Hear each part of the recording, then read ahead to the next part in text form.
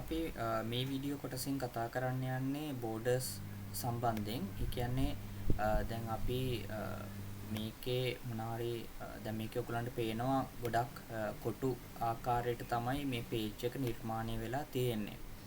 හැබැයි මේක print out එකකට ගන්න යනකොට මේකේ අපි print වලට ගියාට පස්සේ ඔයගලන්ට බලා ගන්න පුළුවන් මේකේ preview එක කිසිම ඒ කියන්නේ මේකේ කිසිම රේඛාවක් ඇඳපු නැති හිස් පිටුවක් විදිහට තමයි අපිට පේන්න තියෙන්නේ. ඒ කියන්නේ දැන් අපි මෙතන මොකක් හරි අපි ටයිප් කරමුකෝ. right. අපි දැන් මේක print preview එක හරහා බැලුවොත් ඔයගලන්ට පෙනේවි මේක සම්පූර්ණ සුදු පාට පිටුවක් අපි Word වල පාවිච්චි කරපු පිටුවක් හා සමාන විදිහට තමයි මේක පේන්න තියෙන්නේ. එතකොට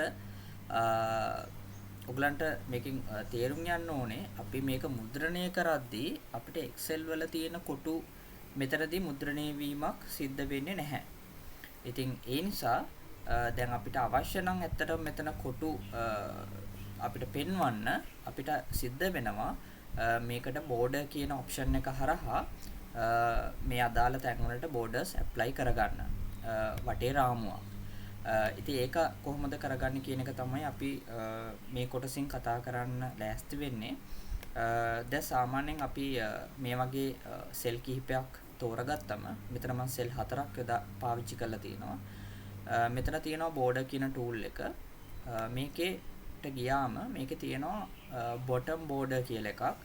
අපි මේ option එක දුන්නොත් ඔයගොල්ලෝ බලන්න මේ තෝරගත්ත මුළු සෙල් වලම පහළ තියෙන සෙල් දෙකට විතරක් border එකක් apply වෙනවා. ඊට පස්සේ අපි නැවත මේක select කරලා top border කියලා දුන්නොත් ඔයගලන්ට දකින්න ලැබෙයි bottom එකයි top එකයි දෙකම දකින්න ලැබෙනවා. මේක තනි සෙල් එකක් විදියට අඳුනගෙන උඩ border එකයි යට border එකයි දෙකේම අපිට පෙන්නලා තියෙනවා. ඊට පස්සේ අපිට මේකේ left and right දාගන්න ඕන නම් අපි මේ විදිහට left කියලා දුන්නම වම් පැත්තටත් වැටෙනවා. මේ ටික තෝරලා අපි right කියලා දුන්නොත් right border කියලාත් අපිට මෙතන පෙන්නනවා. එතකොට මේ අපි තෝරගත්ත සෙල් එක වටා cells ටික වටා තමයි මෙතන border එක නිර්මාණය වෙන්නේ.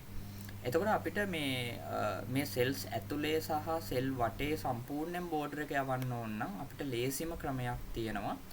මේකේ තියෙනවා all border කියන එක. අපි ඒක දුන්නම මේක සම්පූර්ණයෙන්ම borders ටික apply වෙනවා.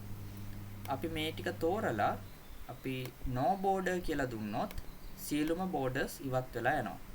නැවත සැරයක් අපි මේ ටික තෝරලා all borders දුන්නම සම්පූර්ණ borders ටික apply වෙනවා.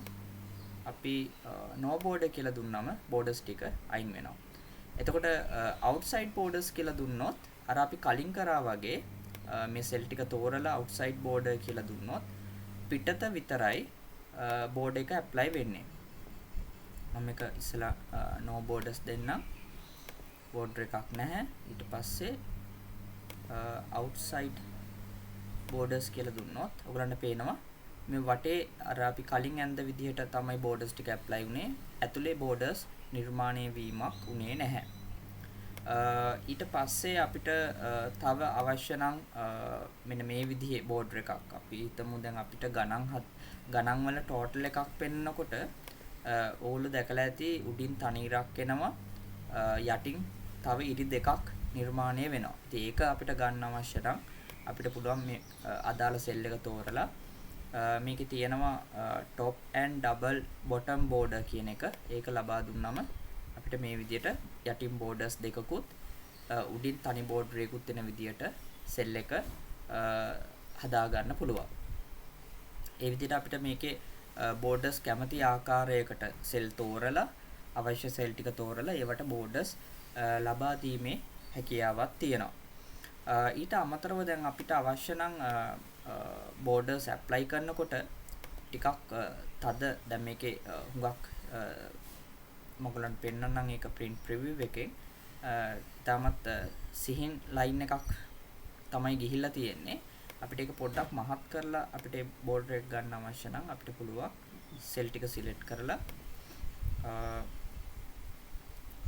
මෝ ස්ටයිල් යටතේ බෝඩර්ස් වල සයිස් එක මෙන්න මේකේ thickness එකක් තියෙනවා. ඊට පස්සේ මේ dashes ගියේ ඒවා තියෙනවා. මේ ඕනම එකක් ඔයගලන්ට තෝරන්න පුළුවන්. තෝරලා sorry අපි ඉස්සෙල්ලා මේව පැන්සලෙන් අඳින්නත් පුළුවන්. බෝඩර්ස් උඩ ක්ලික් කර කර අපි කලින් කරපු විදියට කරොත් මෙන්න මේ විදියට ඒක කරන්න තියෙන්නේ.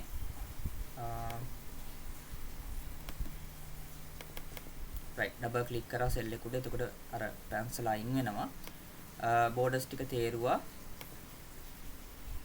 line style වලින් අපි thickness එක තෝරගත්තා.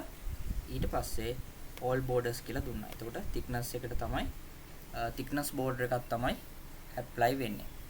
එතකොට කලින් මම පෙන්නුව විදිහට අපිට line style එකක් තෝරලා අපිට එතකොට මේ mouse point එක වෙනස් වෙනවා මේ පැන්සලක් විදිහට. අපිට එතකොට මේ line උඩ click කරලා මෙහෙම border එකක් නිර්මාණය කරගැනීමේ හැකියාවක් තියෙනවා. ඔය තව ක්‍රමයක් border එක නිර්මාණය කරගන්න පුළුවන්. right ඔය borders නිර්මාණය කිරීම ගැන තමයි මම සාකච්ඡා කරේ ඔයගොල්ලොත් එක්ක. මේකේ eraser border කියලා එකක් තියෙනවා.